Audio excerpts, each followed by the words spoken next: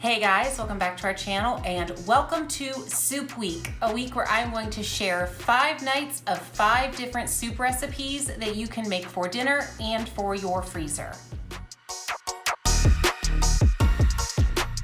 So I mentioned in my Stocktober Walmart haul that I was stocking up on some different ingredients to make soups for Soup Week. This is something that we have been doing in our house for years and years. As soon as the weather starts to turn cold here in the Midwest and it really starts to feel like fall, I get in the mood to cook soup. And so I get busy for a week or two sometimes cooking all kinds of different recipes for soups and stews. And what I do is I get out my big Dutch oven and I will make a double batch of every recipe I make. I will eat one and freeze one. So that means we will eat one batch of the soup for dinner that night, and then I will put the rest of it in a Ziploc freezer bag and stash it in our deep freezer for later in the winter. So by the end of Soup Week, I have got different soups stocked up in my freezer for those really cold nights in January, February, March, when we have had a long homeschool day and this mama is just physically and emotionally and mentally too tired to cook dinner that night. I can just pull one of those freezer soups out of the deep freezer, throw it in the pot, warm it up, and I have dinner ready to go. So today I thought I would share with you 5 of the recipes that I cooked this year. The first one I'm going to share with you is a minestrone soup, which is great if you are a lover of Italian food. Next, I'm going to do a broccoli cheddar soup, which honestly is a pretty good copycat of the broccoli soup you can get from Panera Bread. Next, I will share a super simple, super easy V8 vegetable soup. Number 4, I will share my kids' absolute favorite chicken noodle soup in the Instant Pot. And then the last one I have for you is sausage spinach soup. And actually, the title of it is a little bit off-putting. Sausage spinach soup maybe doesn't sound that appetizing. I should come up with a new name. But it is delicious. It is great poured over top of baked potatoes. All right, so let's just jump in and take a look at all 5 of the recipes.